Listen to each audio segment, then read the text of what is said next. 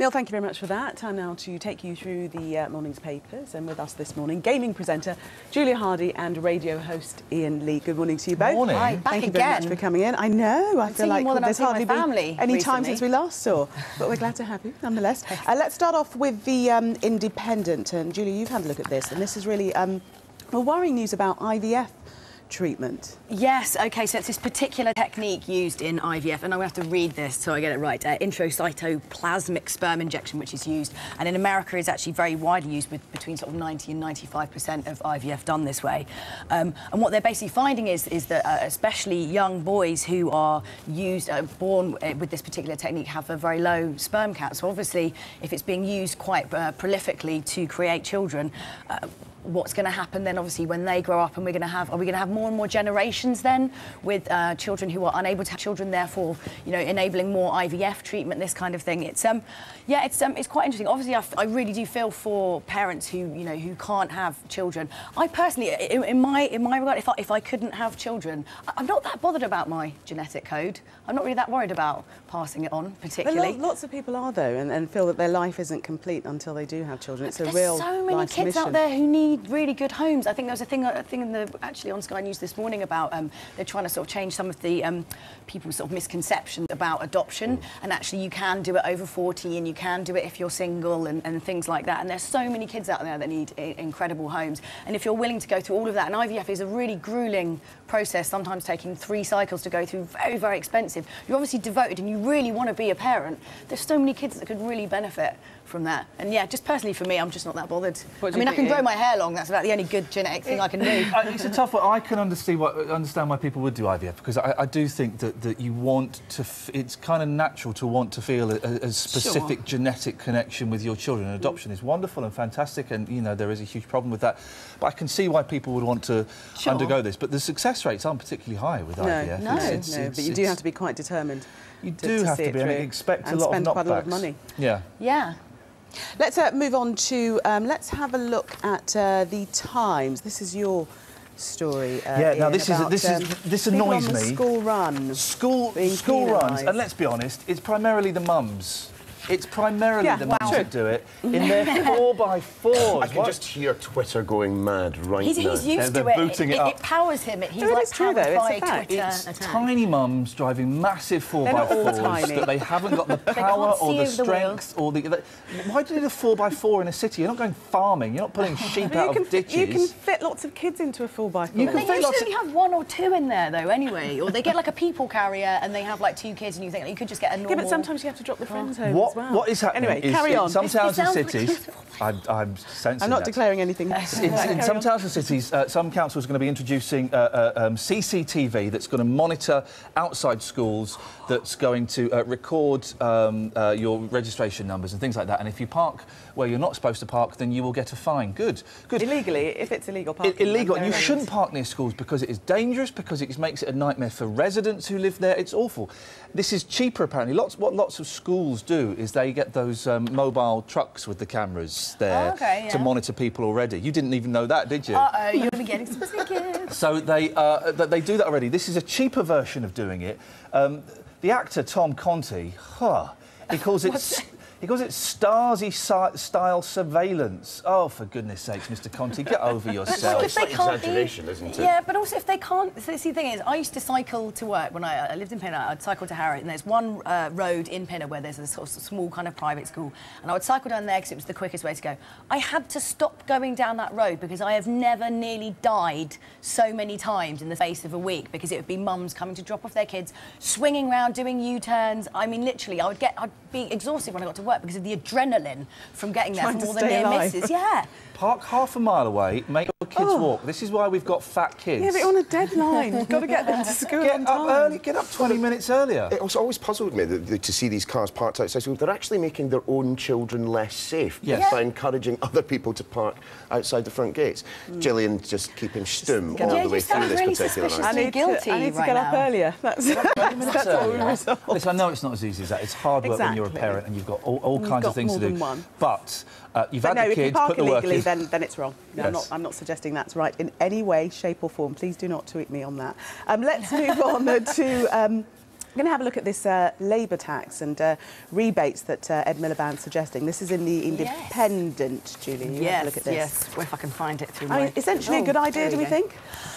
Yes, because of course it's one of these really tricky things. I mean, I appreciate, you know, especially for like small businesses and things like that, it's very difficult to kind of, you know, pay the living wage, but anything that's going to sort of incentivise business to start doing it and, you know, start doing it properly and actually paying people. One of the statistics here, actually, that I found quite shocking was 22% of UK workers earn less than the living wage. I mean, that's just a really shocking state of affairs, especially even for young people as well. You have to do a lot of like internships and things like that. You know, we're kind of earning less and less money. And if you have a job, you're not going to leave the job because you can't find another job. So you're stuck in this sort of like constant cycle of not getting anywhere.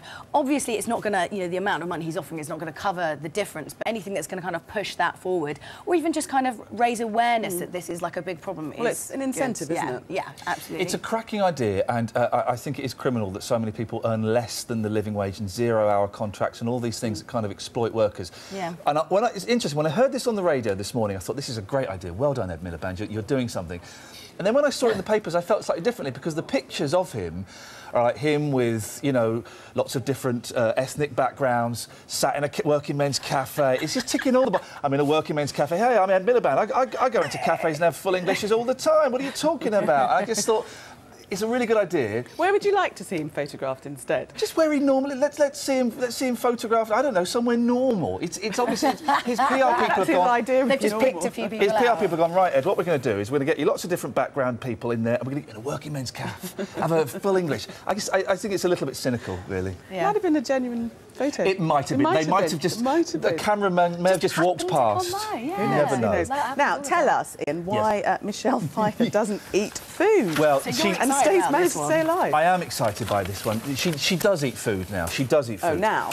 Michelle Pfeiffer, the day I realised I was part of a cult. What was the clue? Well, the actress had disclosed that she was once part of a cult. She realised it because she met this gentleman who said, I think you may be part of a cult. The cult is an organisation called Breatharians, who believe you don't need food and water to survive. You get all of the vitamins and energy you need from the sun. Oh. I would have realised that I was part of a cult when they said, oh, you don't have to eat or drink anymore. But how do you sell that as a plausible thing? Well, like, I don't understand. How do they survive to pass on the message? Well, this is it. I'm a big fan of Breatharians. I've been following them for a while. Not following them, but I've been interested in them.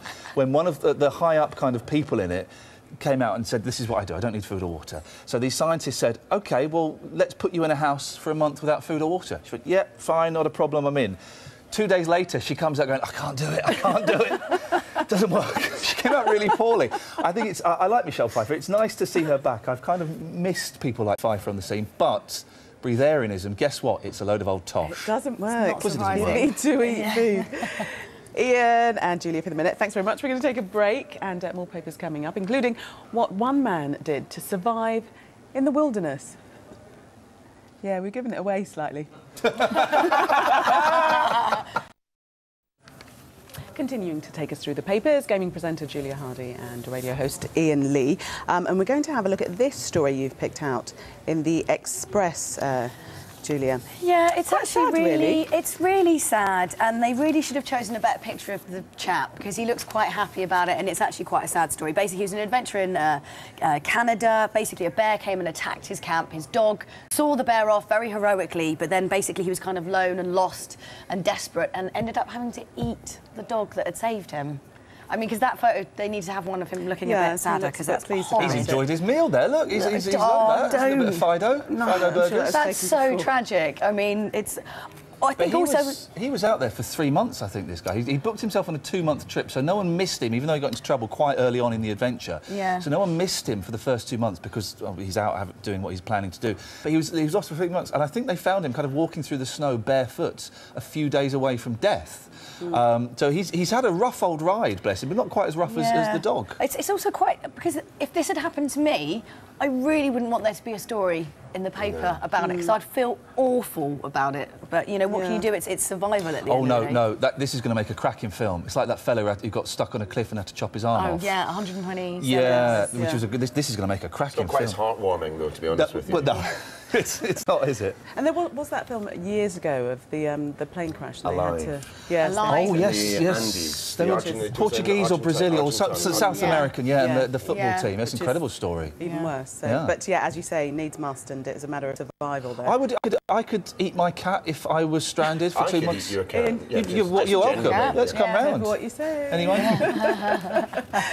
The Twitter. Who cares about those losers? Oh, you've done it now. That's it. Let's move on. And this is your story, Ian. This is in the Express.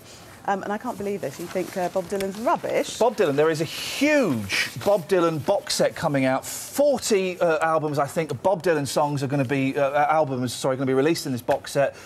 This journalist, Patrick Humphreys, has counted down his 41 favourite Bob Dylan songs at number 17, Maggie's Farm, number 13, Boots of Spanish Leather, number 9, A Hard Rain's Gonna Fall. There are not 41 good Bob Dylan songs. There are 2. He is rubbish. He cannot sing. His poetry is awful. He cannot play guitar. His harmonica is awful. He is absolutely... He has got by on luck and myth. That is all. Lay, lady, lay. And there's a song about a window in a chemist's. And I can't remember the name. A poster in the window of a chemist. We'll check that is it. The rest of it is awful. Blowing in the wind. It's like the 12-year-old has written it. Isn't it? All through his nose. It's called Beautiful Simplicity. It's called a man who cannot sing and cannot write, but someone bought into it early on. He has become a myth. And he has got away with luck. In your humble opinion, Ian, thank you very much for it. You're very welcome. Even though others might differ. We're going to take a look at the sport now. Charlie's standing by. With us this morning to review them, we have gaming presenter Julia Hardy and radio host Iain Lee. Morning. Welcome to you again. We're going to start off with the Independent. I think this is your story, is it, Julia? Just really looking at what lessons have been learnt since the various cases that we've had of child abuse, particularly looking at Baby P and Victoria Colombier. That's right, yeah. It's looking into Haringey Children's Services again. And, obviously talking about Baby P and Victoria Colombier as well. And apparently there's another instance where there's another child where they've had to do a serious case review again. It's strange, actually, because I used to work many years ago for the Harrow Children with Disabilities team, and it was a really interesting thing to kind of see the other side of actually working in this environment. And it was a couple of years after the Victoria Colombier inquiry. And what basically happened was... After all this kind of thing happened, because there's such a blame culture and there is all this kind of like, witch hunt that will go on after cases that are as big as this. A lot of my social workers who were there, you're dealing with someone like the most, vulnerable members of the community, children with disabilities, were spending such a little amount of time actually out in the community, with these children, which is where they need to be really doing good work, and spending so much time just filling in kind of check forms to make sure, that there wasn't going to be any kind of like... any kind of like witch hunt, if anything like that, was to happen. Instead of actually just spending time in the community doing their jobs, they're basically just having to cover themselves. And this comes down from managers, because managers know that if anything goes wrong, it's going to be their job that goes, rather than actually spending time doing good work and helping these kids. So, I mean, obviously, you should be raising awareness of these situations when this stuff happens, but the fact that there's all this scaremongering and tactics and witch hunts and people being ousted from their jobs without actually having like a proper kind of But when you do look at the facts of the cases, they're horrendous details that were missed time and time again, and you do wonder, even despite mountains of paperwork, how can you miss a child that's been physically battered? Yeah, I mean, but then also it's not just sort of like the social care team that would have to, obviously, especially with Baby P, it was also, there was the medical professionals who missed things as well. I mean, it was just categorically, it was overlooked by a lot of different departments. Obviously, there is a degree of blame that should be there as well. But when you see some of the caseloads of some of these social workers and the fact that, maybe they're only spending like maybe a couple of hours outside of the office a week sometimes, because they have to literally just go through all the paperwork and make sure everything's covered and their backs are covered, just in case anything comes back on them. That's crazy. Just crazy. The whole system is flawed, though, not just the social workers. They seem to get in the bad press. The fact that Baby P, Tracy Connolly, was jailed for a minimum of 5 years and is out now. That's another flaw in the system. She shouldn't be out now. Of course she shouldn't at all. And social workers get a bad press. I genuinely believe, because I've had some dealings with social workers in regards to my own, I genuinely believe most of them are there for the right reasons and they are bound by the system in which they work in. So I think it's such a tough one, isn't it? But I do think these things can be a little bit unfair on the social workers. I think you're right. It isn't just social workers, because as we know in the various cases, doctors missed clues. Several visits to GPs as well. So it isn't just social workers. You're right. Let's move on to this story that we've been covering this morning. This is in the Mail, and Iain, you've had a look at this, and this is the selling of what the Mail's describing as Holocaust souvenirs on eBay. I've been watching your footage on this. It's incredible. So these are clothes and badges and memorabilia that belong to people who died or in the death camps in you know, Nazi Germany and Poland and things like that. And I just find it incredible. One of your emails there saying, well, World War II memorabilia has been sold for a long time. What's the difference? Well, the difference is this is worn by people who were probably slaughtered in the most inhumane of circumstances. Yes, there is a bizarre, strange cult for people buying Nazi memorabilia and British soldier memorabilia. I don't quite get it, but I can see how someone would like the collecting aspect of that. But to buy something for thousands of pounds that has been worn by someone who has been treated inhumanely, who has been slaughtered, I just can't see why anybody... I mean, it is a piece of social history, though. But calling it memorabilia makes it sound like something, you know, you get a signed record of it, or memorabilia, because you're a fan. Souvenirs is that language. It is social history. Why would you want to keep that in your own private collection? That kind of stuff should be on display if it's going to be on display. So you're objecting it to being sold to individuals rather than to museums, say, would have a historical context? It's a tough one. I think if it's going to be on display, then it needs to be on display. If it's going to be owned, it should be on display in museums so that we can learn from it, and it humanises the numbers and the horror that we've heard about. It shouldn't be sold on eBay. eBay is a place you go and buy Beatles records, you go and buy used jackets. You know, it's completely inappropriate. Just to say that eBay have apologised. There is an investigation going on, and interestingly, the seller of the items has said that he was doing it to document them and fund history book projects. You shouldn't be making. I don't think you should be making money out of these things. I think that's the thing, that an individual should not be making profit out of something so horrific. They should have the good grace to donate that somewhere. I think. No, do let us know what you think on that. That's a real talking point this morning. Let's have a look at the Sun now, Julia. A story that you've picked out about a children's television presenter. So, yeah, it's a sad story about this CBeebies presenter who got addicted to cocaine. Sarah Jane Honeywell, and it's sort of talking about her story and how you know, she worried she was going to sort of lose her job and things like that. And there always seems to be, like, quite often, every so often, there seems to be these children TV presenters. There's lots of different scandals where they come out. So the only thing I can kind of relate to this slightly in my own life, obviously I have never been a cocaine addict or anything like that, but I used to do charity fundraising in the street where you basically had to kind of stop people and get them to sign up, you know, for £3 a month or whatever. And you basically... you were a chugger. I was a chugger. Right off you. I was a chugger.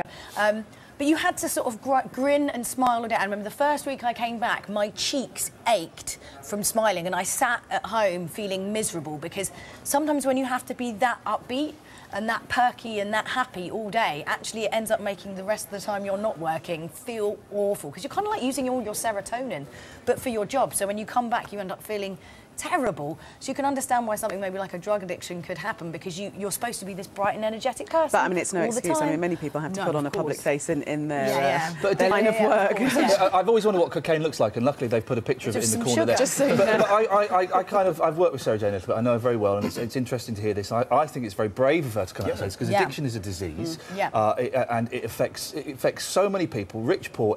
You know, so many people can be affected by this. It is treatable. You know, there are things you can do. And she talks about going to Narcotics Anonymous and getting help from there, and that has helped her, and she's clean and sober now, which is fantastic. And I think it's very brave that she's come out. It is brave. It is a brave thing to do. Iain and Julia, thank you. Stay with us. We are going to take a break, and coming up when we come back, should celebrities charge for their autograph? Welcome back. We're still looking through the papers with gaming presenter Julia Hardy and radio host Iain Lee. And Julia, you're going to take us into the next story, which is in The Observer. Beauty treatments, all these beauty fads.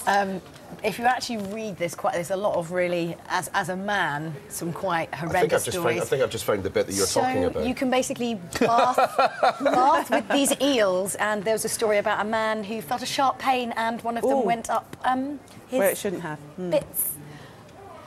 little bit bizarre. I cross our legs and... Can continue. But is it that they're not regulated? Is that the problem? Well, this is it, exactly. You might have seen, like, in London, they started having a lot of these kind of fish pedicure things as well, like that, and they're completely unrelated. But I'm not really super surprised because a lot of beauty products and treatments, in my mind, are completely unsubstantiated. You can pretty much get any old jar of cold cream, put some lavender in it, slap a sticker on it, and it seems that you can just go out and sell it and say that it does wonderful things. But the fish nibbling at your toes, that's been done for... Why was the man having a bath with an eel? I think it exfoliates the skins. They bite off dead skin. Oh, they might bite off a bit more than they can chew. Exactly. Do it with piranhas. I mean, you could lose weight at the same time. Am I the only person who thinks this is a little bit cruel on the fish? On the fish? And the creatures involved in this? Absolutely. They don't want our old bits of verruca to eat. Very, very quickly, we must just get on to our last story. This is in the Mail, and really just asking if some of the dancers on Strictly Come Dancing are a bit too big for their tap shoes. What are they doing? Literally one of the shows I've never seen in my life, but I would love to get Anton de Beek, real name Anthony Beek, would like to get his autograph. It'll cost you? It's going to cost me £45 for Anthony Beek's autograph. That's ridiculous. I don't mind. Listen, these celebrities are charging for autographs. If they can get away with it, good luck to them. When you put it like that, Anthony Beek for 45 quid, I don't think it's worth it. But no. Thank you very much. You're very welcome. Your next round.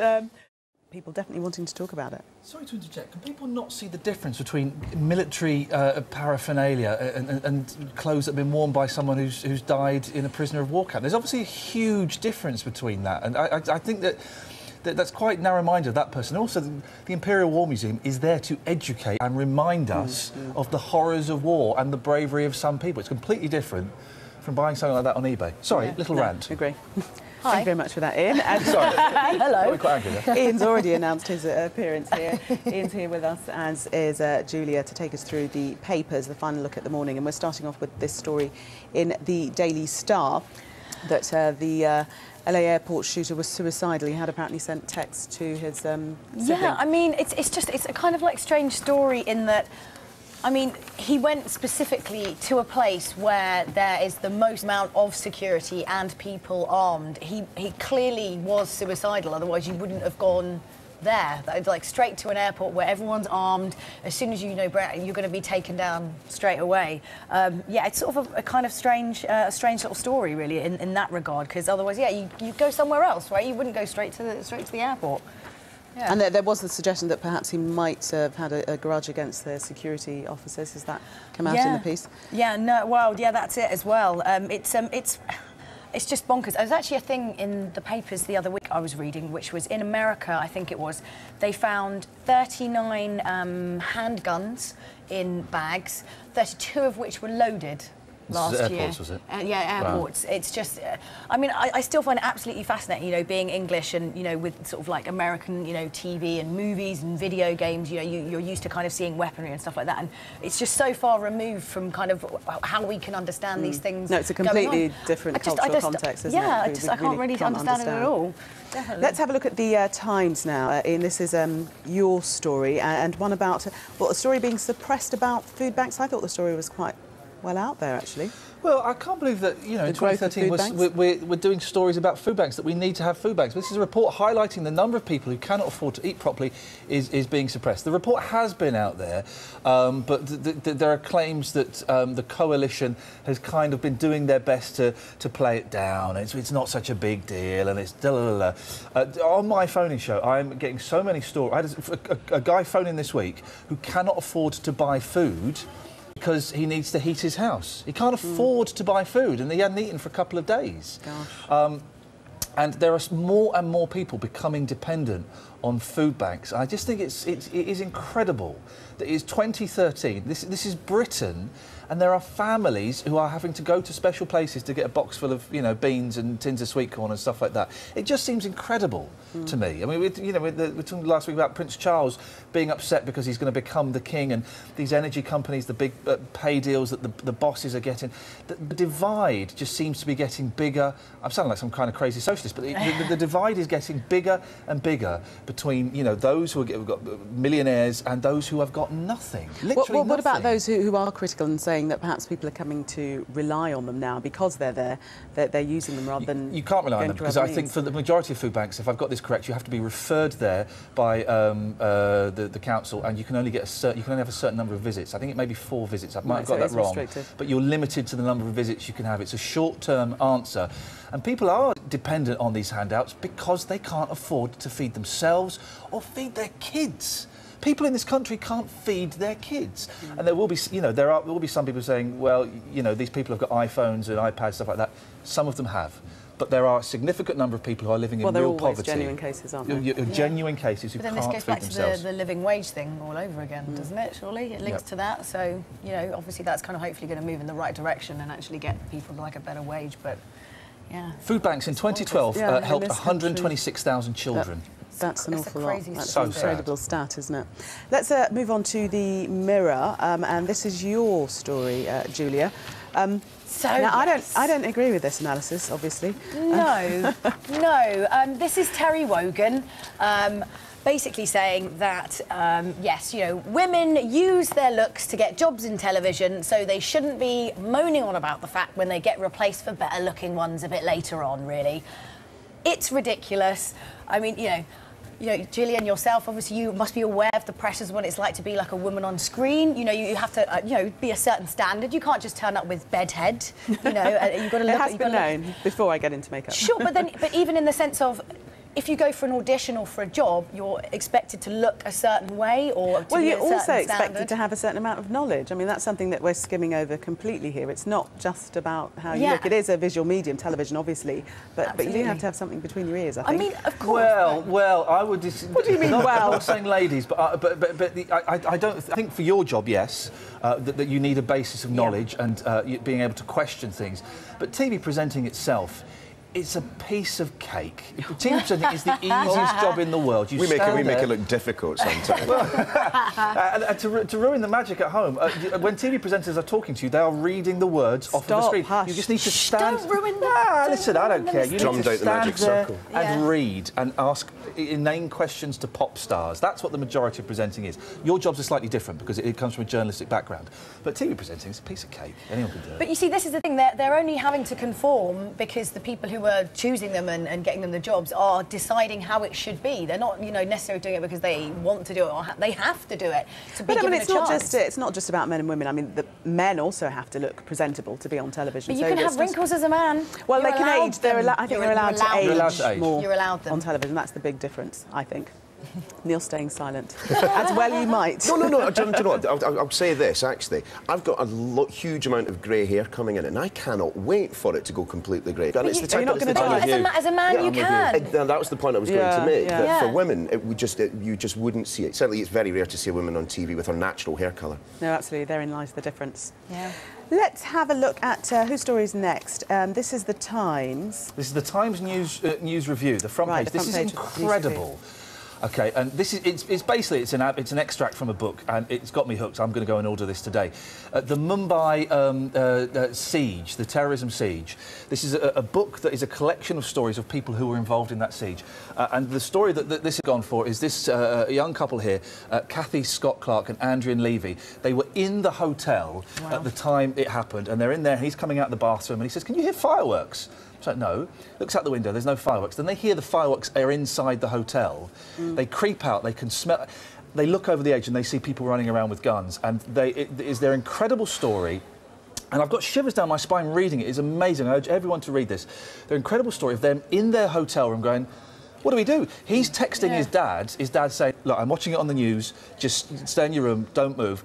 A few hours later, they get a text from his dad saying, get out of the hotel now. It's on fire. Get out. They're 60 feet up. Amazing. They make a rope out of sheets and blankets. Oh, my goodness. He goes out the window. He falls 60 feet. Amazing story to tell. That promises to be a fantastic read. Really Ian and Julia, stay with us. We are going to take a break, and when we come back, why some people think Doctor Who could never be a woman.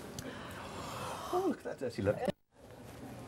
Welcome back, still with us, reviewing the papers, Ian and Julia, and we're going to have a look at the Star, the Daily Star now, Star on Sunday, actually. Oh, yes. This story, how a tracking app led to an interesting discovery. Oh, there's so many ways you can be caught out as a cheater. Yes, this is a gardener suspicious girlfriend basically used a Samsung app to track him down and find out that he'd been playing away a little bit because he saw that his van was parked outside a former girlfriend's house for, I'm guessing, for long enough period of time to arouse suspicion. So, yeah, I love kind of reading stories like this. She actually seemed quite OK about it. I don't want to make light of the fact that she's been cheated on by any stretch of imagination. She's got rid of him now and it's all fine. But, yeah, there's a lot of ways you can be caught out now with all these different kind of apps and stuff like this. So, yes, do cheaters beware.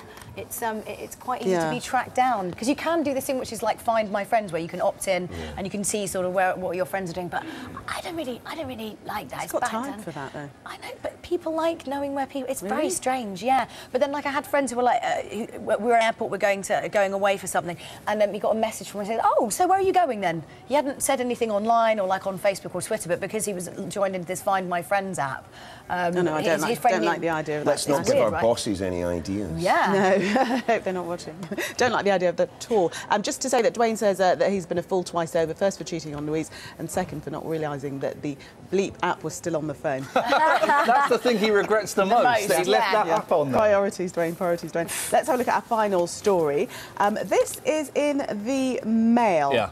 And good journalism from the Mail. Why? Of course. Why? Oh, why? Should the Doctor never be a woman? Because the Doctor is a man, OK? At the moment? Yeah, because he is a man. He is a man. Peter Davison, who I would say was the fourth best Doctor Who, has come out and said you can never have a female Time Lord. Every time the Doctor regenerates, he says, oh, maybe we can get a woman. Maybe we can get Helen Mirren. Maybe we can get Dame Judi Dench. You can't, because he is a man. Listen, women, you can now be doctors in real life. Enjoy that. You know, be a time lady. You ain't going to be Doctor Who, all right? It's never going to happen. But the Doctor... It changes every regenerative sense. Why can't it be a woman? Because he regenerates into a man. He doesn't change so he could, gender. You know, push it back. I'm going to have to wrap you up here, but I just must read this tweet from PK. He said, how would a woman park the TARDIS? It's a bit big. Hashtag little risky, I'm not a chauvinist, honest. Hashtag really, 1976. PK? Yeah.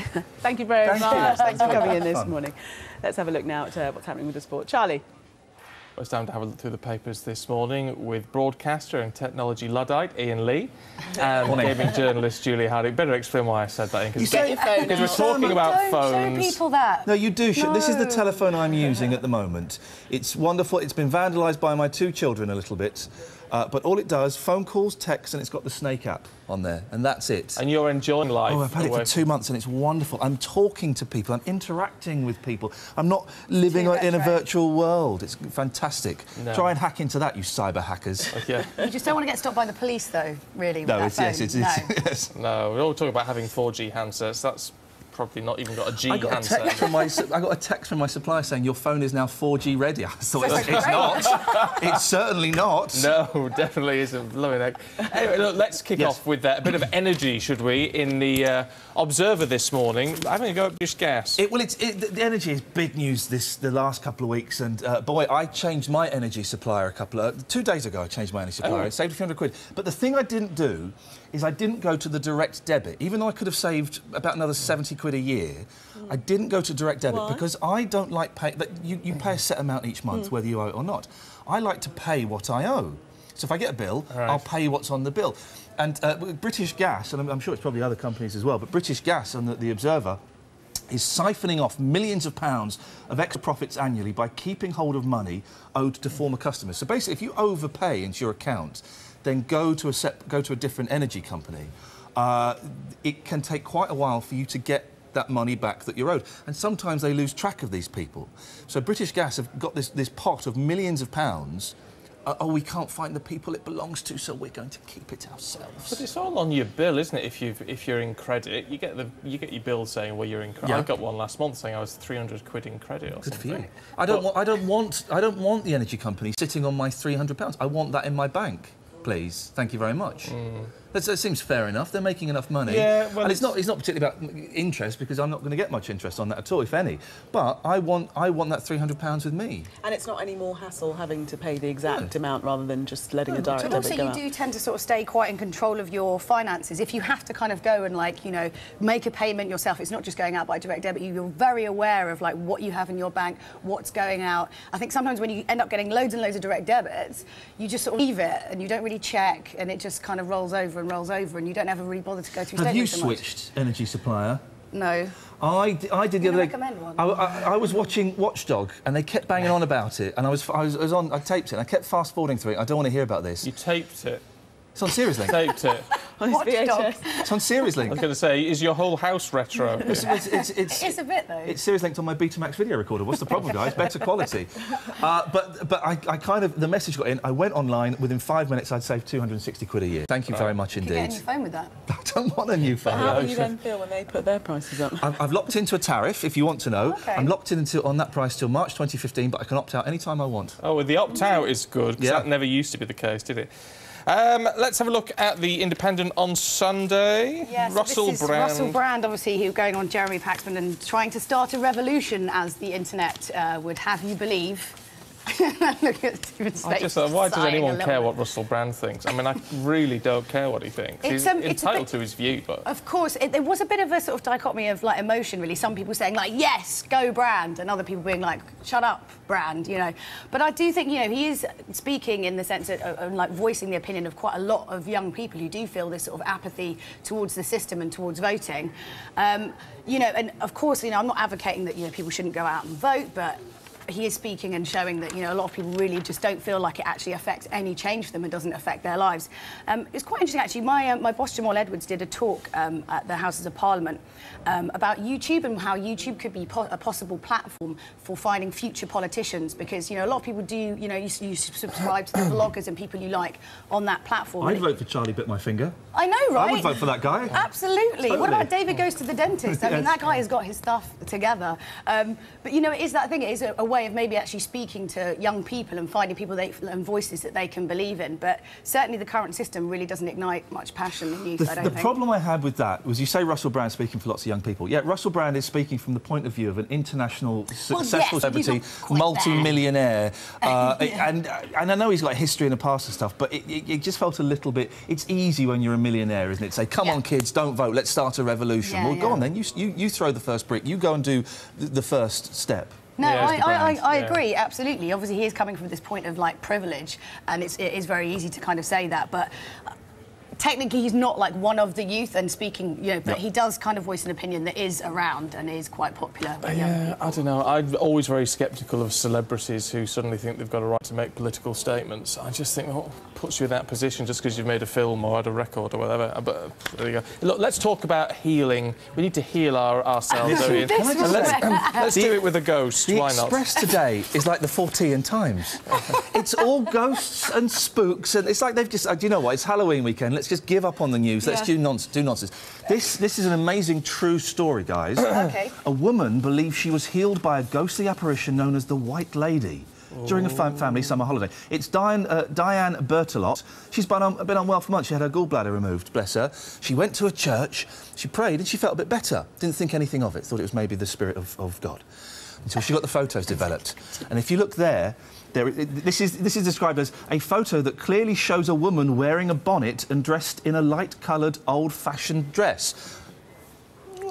And this is why you should never use film cameras, because this is what happens. Like, if you look at his camera, that's clearly a film camera. You should stick with digital and then there wouldn't be ghosts. Is it just a little bit of flair on the back of the bench and the light shining in a funny way? She sat next to it behind a mirror or something, is that right? It's not. It's just the light. I hate to break this news to everyone on Halloween, ruin your Halloween. And last time I said this on this programme, I got abuse on Twitter.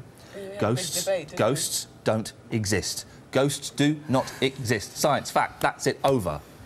I'm glad we cleared that up. We've seen that we're getting through quite a lot of big topics. But what a lovely couple, and, you know, bless them. A lovely couple, and there's a camera that's almost as modern as your phone.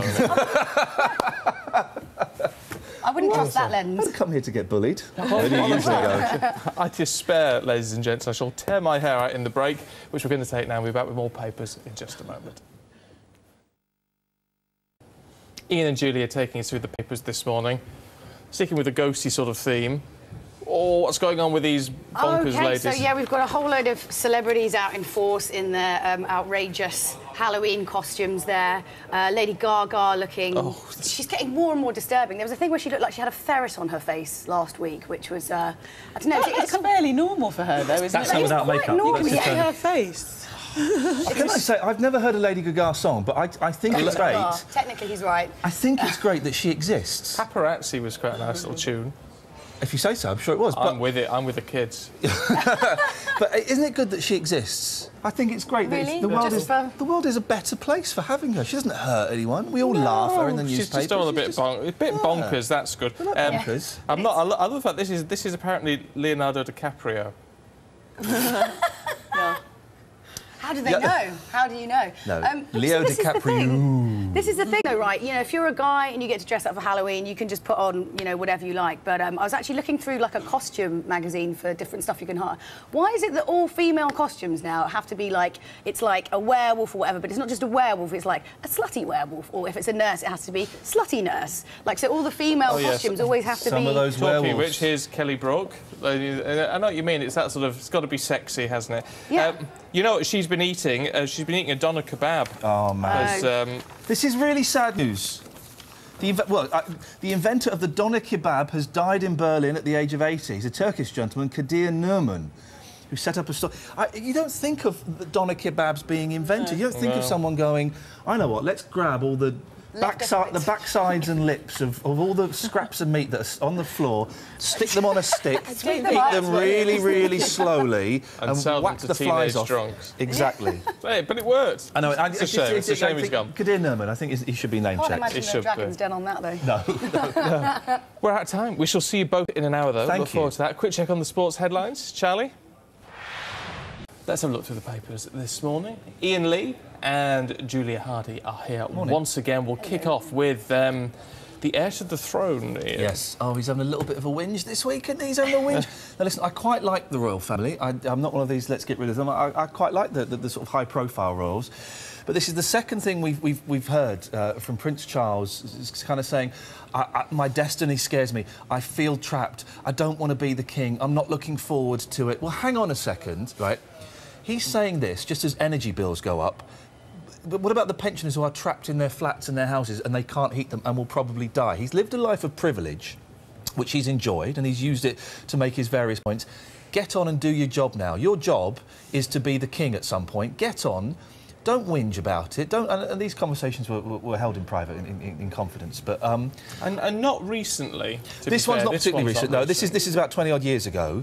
Well, if he was objecting to it 20-odd years ago, opt out, move on, then step down from the life of privilege you've been awarded. Are we being too critical in the sense no one batted an eyelid when we all knew Prince William as a younger man?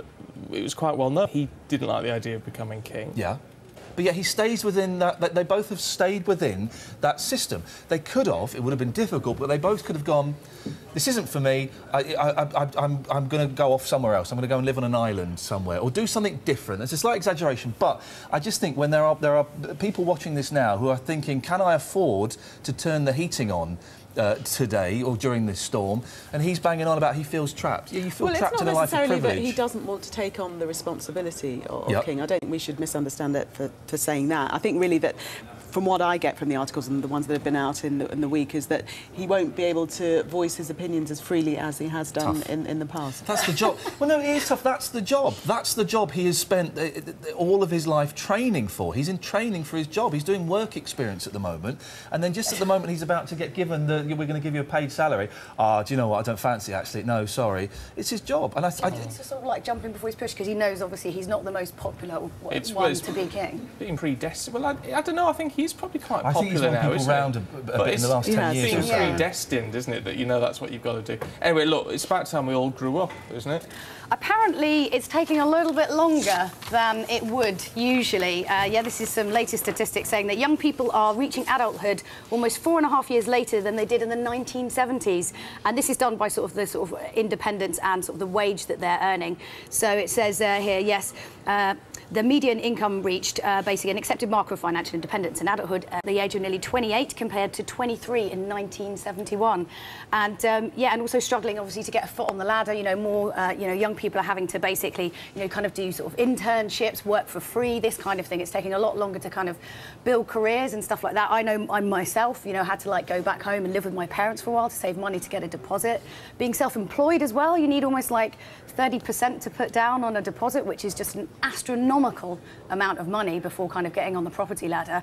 So yeah, it's not really that surprising, really, statistics-wise, that this has changed. And there's a happy couple at 29. They're happy. They've got a cat. Yeah. They've got the cat they're buying, I hope, but they're buying it first. Yeah. It's interesting because we're always being told that kids are growing up quicker these days than they did 20, 30 years ago. But then you've got the other side of the thing when actually making their own way in the world is proving harder. But people expect to party a bit longer as well, don't they? Come out of university and keep going. A bit of a gap year, you know. Yeah. Depends how you define growing up, I suppose. Is it buying a property, or you know, is it more about your thought process and your maturity? I suppose it's like it seems like it's the independence thing of being like financially independent. And you know, I myself, I don't know any of my sort of age group who have bought a property who didn't have to ask for a very large sum of money from their parents, or guarantee their parents actually to guarantee their own house against their flat or whatever they've bought, which is just, it's completely different. I mean, is it that sort of thing where, you know, in the 1970s, you know, the man who went out to work had like one job and then, you know, looked after the wife, and now sort of the wages are split because it's male and female out there? I don't know. Don't know. I'm glad I'm old. Well, good for you. You've got your house now, Ian. It's not a bad thing, is it? Look, we're going to take a short break. Back to you in just a moment. Just in case you're confused, it is 7:51 this morning, not 8:51. Did you turn your clocks back last night? This lady did, Ian. Well, I hope she did. Can I just say, I've got a digital alarm clock, and I assumed it would change itself automatically. So I set the alarm, I got up, and I looked at my watch, which I had set the night before. I was up an hour early. I was up at 4:45 instead of 4:45. It was hilarious. This woman, though, what's this lady's name? She's 62 years old. And she's got 5,000 clocks spread around the house. Pauline West. She's thought to be the biggest collection of clocks, covers every wall, and is worth about £15,000. Yeah. Really? You've got to just wonder what is going on in that woman's life. I mean, OK, that's bonkers, isn't it? I'm trying to find a tactful way of saying it. It's totally bonkers. Yeah. How can she sleep in that room with all the ticking? The ticking as well, that would drive you mad. I feel sorry for her husband, Roy. Poor old Roy. She's married to Roy. I mean, look, you know, listen. Roy says, it's a hell of a racket when they all chime together, like someone dropping pennies in a can. Oh my goodness! But surely, you know what? Actually, I would just like ride it out till like next year and not change the clock. That's what I do in the car. You know what I mean? Just leave it. I don't have to change the one in the car. Wasn't there something in the papers yesterday about the Queen in the palace? They actually hire someone to go round and change all the clocks, and he costs about 32 grand a year. Just this guy's job. It's not a bad job. Yeah. It's not a bad job. This is surely like the Time Bridge, though. Like once you sort of get all the way round, you've got to start at the beginning again. It's like painting the Time Bridge. Look, let's have a look at this bouncer. Oh yes. This young girl. What's going on here? OK, so I suppose I shouldn't find this, like, a little bit amusing, but having dealt with a lot of bouncers in my time, I kind of do. So this is a bouncer basically was beaten up by a girl half his size after she downed 6 pints of lager and 2 cocktails. She's 21 years old. She floored this guy, obviously actually beat him quite hard from all I can see, and then she ended up having to go to anger management classes. I just find it quite funny. You never hear stories about bouncers having to go for anger management classes, and there are some pretty nasty ones out there. To be they do have to be registered now, though, don't they?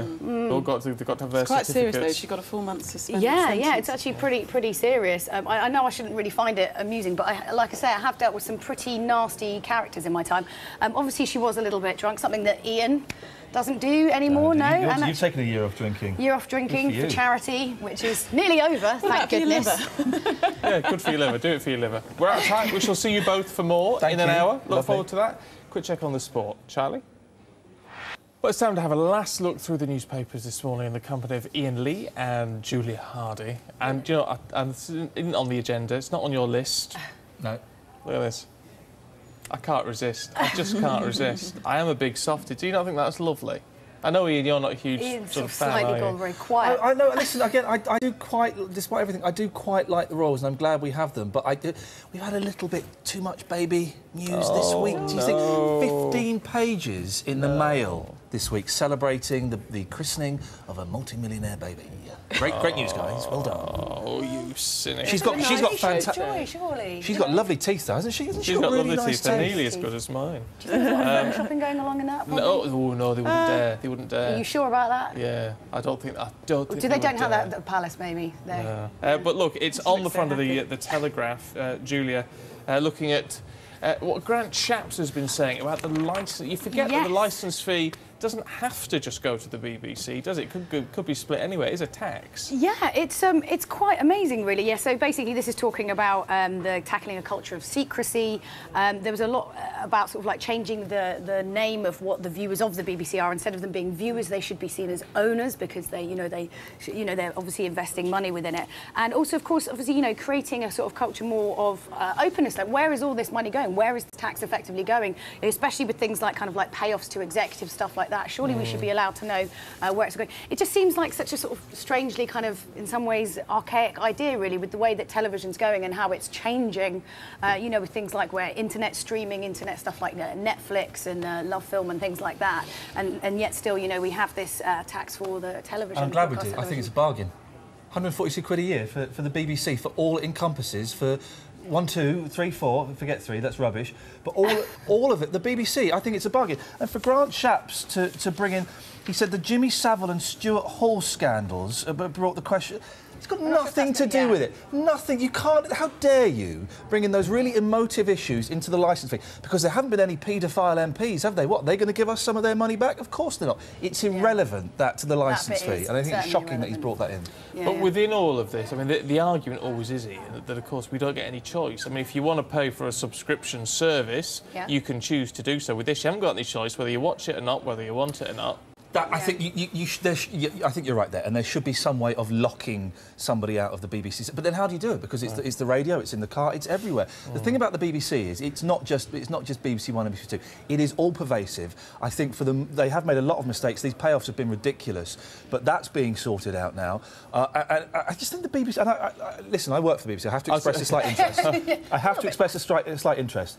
But I think the BBC is fantastic for what it does, and I've always thought that, and I just think that Grant Shapps is being a silly sausage. I mean, I do agree with you. I think it's a fantastic platform, but again, like you're saying, it should be something that you can opt in. You don't have a choice. You can't just then say, well, I'm not going to pay this. Which is what makes what brings it into debate, the fact that it's a tax. Here's how the BBC should save millions of pounds every year. Scrap EastEnders.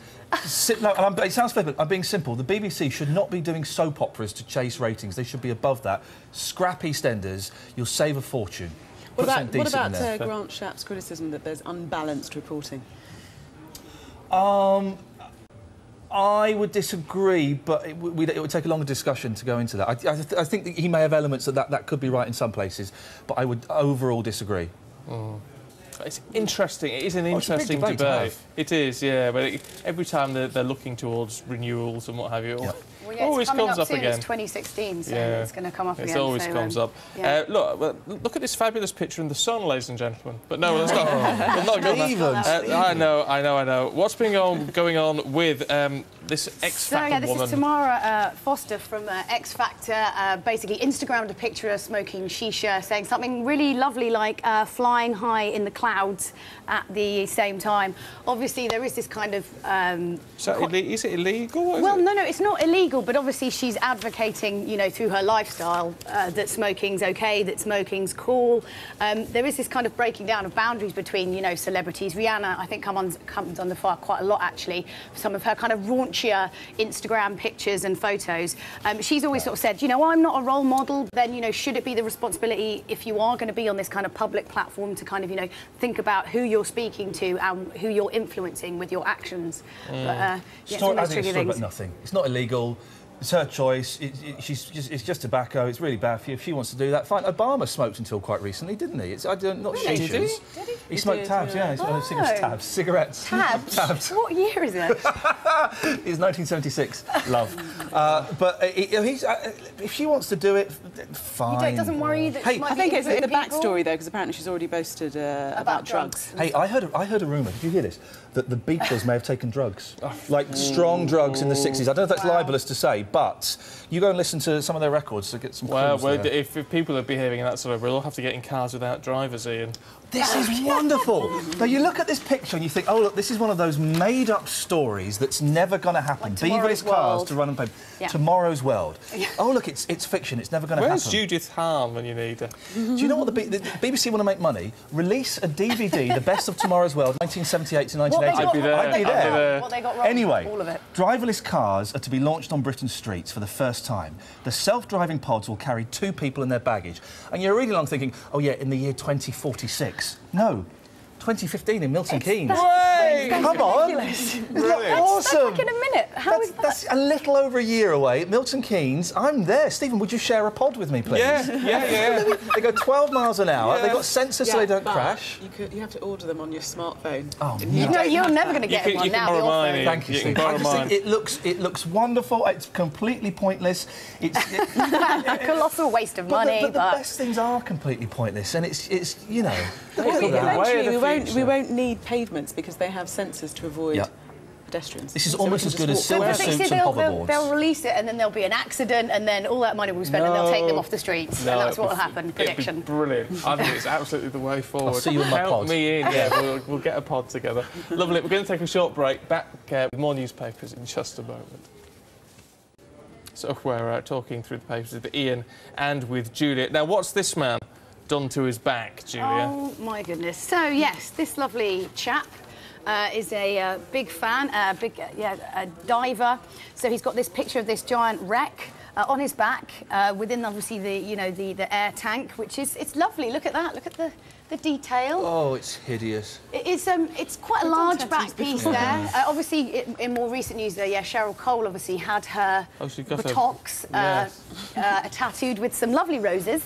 What's interesting, he spent 36 hours, I think, getting this wonderful piece of art done on his back. Doesn't look common at all. They must spend like 5 minutes on the stopper at the top. Look at that. It's just like someone's... the detailing on the top is perhaps not quite so. But obviously, you know, we're getting more and more into our tattooing these days. More and more people are getting tattooed. I myself have got some terrible tattoos. How do you regret them? Have you? Yeah. OK, so when I was 17, I decided that I wanted to get a tattoo on my forearm because that would be awesome and I would just look the coolest. And if you'd like to see, I now have what is effectively a sort of Irish version of the Millennium Falcon on my forearm. There you go. Right. Which is ridiculous. And, of course, my time again, I probably wouldn't get a kind of Celtic spaceship. But, you know, when you're young, you think, well, that's the problem. Why don't they just have henna tattoos or... Because they don't look as nice. Well, yeah, they don't look as nice. Gives you the option. But it makes it's that sort of thing. It's that kind of tribalism thing of like being part of a group, and you're like, yeah, I don't care. Apart from later when you do care. I sort of think I look at Harry Styles, that butterfly on his chest, and just think you're not going to like that when you're 30. No, my brother, and he's going to hate me saying this because he's probably watching, has dolphins swimming around one of his nipples. It's awful. Dear. I would disown him. Disgusting. Well, I try to, but he keeps phoning. Oh, dear. Look, he sounds like a young version of Mick Jagger, your brother, who's hitting the road, tats and all. Listen, let's get this. Let's make this clear, shall we? The Rolling Stones, rubbish. Absolute rubbish. One of the worst bands ever. They are lucky, they are fluky, they've had 3 good songs. Hey, look out, guys, they're going on tour again next year. Give it up. Get over it. Your songs are tedious, you've stolen all of your riffs, you've never done a decent album. Wow. They've never done a decent album. Sticky Fingers was a good album, wasn't it? No, it wasn't. It wasn't. It probably had one good... The 3 good songs are Angie, You Can't Always Get What You Want, and Start Me Up. The rest, no thank you, load of old tosh. You are like a super-duper unbelievable Monkees fan, though, right? Yeah, they're a good band. They've a decent album. Do you go to Celebrity Mastermind? I won Celebrity Mastermind. Talking about the Monkees, there you go, one. I went to New York last year to go and see them a couple of times. That's a proper band. Yeah, but why do they sell out, then? Oh, no, I thought they were a gimmick. Oh, I mean, I'm surprised you didn't specialise in S Club 7. I mean, what's going on? Ain't no party like an S Club party. That's true, that is fact. We all know that. That is, I couldn't agree with you more, actually. Look, on that happy note, we shall have to leave it. Really good to see you both very much. This morning. Reminder, you can have a look at tomorrow's papers tonight, press preview 10:30 and 11:30 with Mark. Well, let's have a look at the sports headlines. Here's Charlie. Well, let's have a look through the papers this morning. Vicky Beeching and Iain Lee here once again. It is good to be with you. He's right. It's good to be with you. Always good to be with you. It's really good to be with you. Say it like you mean it. No, but it's interesting. I love talking to politicians. It's my bread and butter. Whether whether you agree with them or not, there's something fascinating always about talking to a politician. So there you go. So I enjoyed that. I hope you did too. Oh, I enjoyed it. Did you enjoy it? Yeah, it was very interesting. Anyway, we'll go through the papers and politicians to bedtime stories, Vicky, if we can, in the Mail on Sunday. Children need them. I'm not surprised by this. Yeah, it's interesting. So they're basically saying that children, when they reach about the age of 7, when they're able to read for themselves, often parents at that point will actually stop doing the kind of traditional bedtime story and they'll just say, you know, here's your book, and leave children alone. And this study by the Oxford University Press is saying that it's really important, even when your children have mastered the mechanics of reading, that you still spend that quality time with them, helping them to really fall in love with books. and it's more about sort of developing their imagination and their passion for reading. For some children, I think it could be quite depressing. You know, they've had this great bedtime story, and then as soon as they can read for themselves, they're sort of left alone. So I think it's a great thing to really highlight and encourage parents to do. Their passion for books should have been built before the age of 9. Do you think? Oh, yeah, definitely. My little boy, who's 3.5, well, my youngest, who's not even 2 yet, will sit there and pick up a book because he's seen us do it ourselves and do it with his other brother. He will sit there and make the motions of looking at a book and reading a book. Obviously, he can't, but the passion for reading should be there from way before.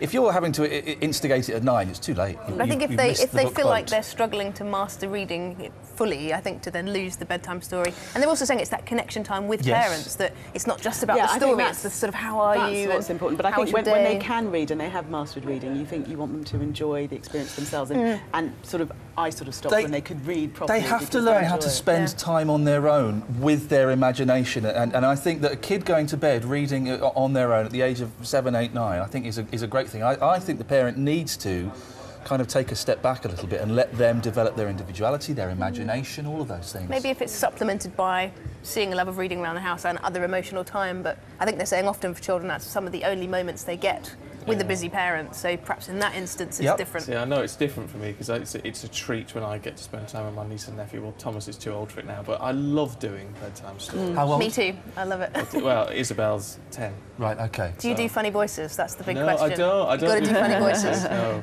But I do have to read about 5 stories of it every time. I love it. It is fun. There are some parents who don't read to their 3, 4, 5-year-olds, and I think that's criminal because it is. Oh, I haven't got time.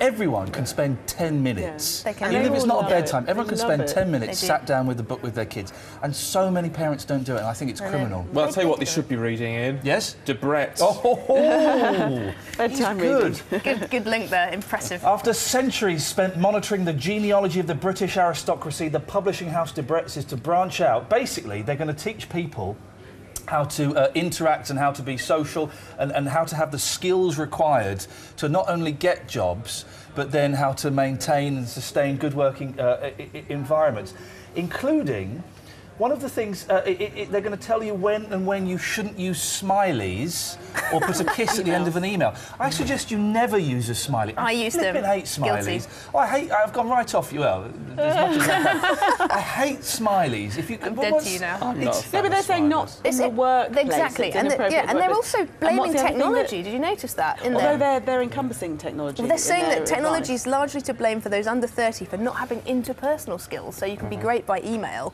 but apparently they're saying we spend so much time on our gadgets. I'm just very glad Debrett's are teaching us how to get and hold on to a good job because it's going to cost us £1,000. Well, yes, that's the downside. You're going to have to spend £1,000. You won't be using any smileys at that expense. Before you've even got the job. Hang on, what would that be? That would be a semicolon and a capital P? Is that? I don't know what it'd be. We're just about out of time. I want a quick look at Oasis. Yes. The boys are coming back, Very apparently. exciting. So it's 20 years Britain's since, most overrated band could be back. Amazing. They were amazing. I'm not so they're actually talking to each other it's 20 years since Definitely Maybe came out. They're talking about doing 2 concerts where they would perform the whole album back to back, you know, start to finish. And it just reminds me of my teenage years when it was Blur versus Oasis. Who you chose was a huge deal. But I tell you what, it's that. Let me be perfectly honest. It's that. Last time they performed, they smashed up each other's guitars. But it's that attitude. I've never understood the He's got to be 50 now, hasn't he? And he's still doing that act. Well, I'm just it works for the me. brothers are talking to each other. Listen, if you like Oasis, may I recommend another band called the Beatles that you might like a little bit more? They were there first, they did it better. Next. I hope they come back. Lovely. We're out of time. You have to stick with one direction, I'm afraid. Get those tattoos done. More coming up for you in just a moment. Well, we're looking through the papers with Vicky and with Iain. Now, if you want to watch what you're eating today, forget that Sunday lunch. Vicky, they need to buy they need to have a packet of sludge, or whatever it's called. They do. This is amazing. I am, as you know, a big fan of technology and the sort of techno future. And this is a software engineer who's actually designed this futuristic food. It comes in little pouches. Sounds something like what you might imagine they'd eat in space, but you just add water to it. And it apparently doesn't taste too bad, and it costs £1.78 per sachet. It's not really selling it. Yeah, it doesn't taste too bad. Well, this sounds quite frightening. It says it contains starch, rice protein, and raw chemical powders. Oh, I love those raw chemical powders. But the funny thing is, it's already proving to be a big hit in the States. More than £600,000 of the stuff's been ordered. So it could be the next big thing. Look at the state of Americans. Why would you have that I'd instead be of food? tempted by this, but it says that you've got to add water, canola oil and fish oil. Yeah, any fish oil doesn't sound good. But why would you want to have this instead of food? Well, I think he's saying it could potentially be a sort of step towards ending world hunger. And he's also saying that we could potentially be more inventive technologically with the way we look at food. So why don't they make these space foods taste nice? like chocolate. They should just put some flavour in it instead of the fish oil or whatever. add extra ingredients. Flavour would be nice. Yes, it's true. But, I don't think it's going to catch on if you have to add fish oil. I mean, this bloke says it's not half bad. But interestingly, Carol Cooper, who's being tagged as the Sun Doctor here, but she's one of ours as well, says it's a gimmick and I wouldn't recommend it to anyone. Well, there you I don't think it's going to catch on. We're almost out of time. We could in 20 seconds talk about Eurovision. Yes, there are allegations of cheating. It turns out that the Azerbaijanis, I believe, have been buying votes from people. This is very, very serious. This potentially could be the reason why Bonnie Tyler came 19th, not because she's passed it and the song was rubbish. This is what needs to be looked at. Why is this not on the front page of the newspapers? Shocking. I'm appalled. It should be. Lovely. Good to see you. As always. Thank you. Let's have a look through the papers once again this morning with broadcaster Iain Lee and journalist Julia Hartley-Burrow. Morning. Morning. We're going to be nice to each other now. Are you? Well... Ish. Well, look, let's start, Ian, with the Sunday Express. And looking at tainted blood, so I'd forgotten about this scandal. Do you know, this is one of these, this is a scandal, and it's kind of slipped through the net a bit. The only reason I'm aware of this is on the radio show I do, we had a guest on who had been affected by this. So in the 70s and 80s, they were trying out this wonder thing. It's called Factor 8, and it's for haemophiliacs, blood transfusions, all these kind of things. Yeah. And basically, a lot of the blood was infected. It came from people, I think, primarily in American prisons, primarily prostitutes and drug users, and the blood wasn't screened. So a lot of the blood was infected. 7,500 people. Few numbers. 7,500 people were infected with this blood, and it caused, I think Hep C is the primary thing. There are also some cases of HIV as well. 2,000 people have since died as a result of this. There was a big report that came out, I think it was earlier this year, the Penrose report, it was up in Edinburgh, and the victims of this were expecting this to be, at last they would be acknowledged as being part of a scandal, that the government had let them down. This was all blood through the NHS. And it will be seen as some way towards getting some sort of recognition and compensation. And basically, the Penrose report kind of was a bit of a damp squib. It didn't really say a lot. Didn't speak to the people that it should have spoken to, and it didn't really point the finger at anybody. And the campaigners are now. It's just. It is a scandal. This was a lazy thing where this blood wasn't screened, it wasn't checked properly. Preventable, wasn't it? Completely preventable, and these people have got no recognition. They are, and the compensation is a part of it. And people say, well, how will that? You know, the compensation I think is it would help them financially because a lot of them have medical needs and can't work because they're so ill. But also it's recognition to the fact that they're ill and it's not their fault, and this was preventable. Well, Hep C can be devastating. Oh, yeah. And HIV at that time was probably kill people. Fatal. Yeah, and it's shocking. It's one of the things. My genuine belief after speaking to this victim is it's one of those things like thalidomide where the government's kind of waiting for enough people to die, and then when there's only a handful left, they'll come out and say, well, for the 500 people that are left, there's going to be a big payout for you, and it just the government screwed up, the NHS screwed up. Give these people a bit of respect, give them a few quid so they can live better lives. They need to know why it's happened so that it doesn't happen again. Well, the same mistakes aren't made. Well, they were buying blood off of prostitutes and drug users in American prisons. I think we know why it happened. I mean, it is worth pointing out that screening now in the blood transfusion services is very. Well, actually, there are now complaints on the fact that gay men are not allowed to give blood in certain circumstances. Again, all the rules around that. Yeah. And just interviewing this woman on my radio show brought it home just what a massive impact this has on people's lives. Yeah.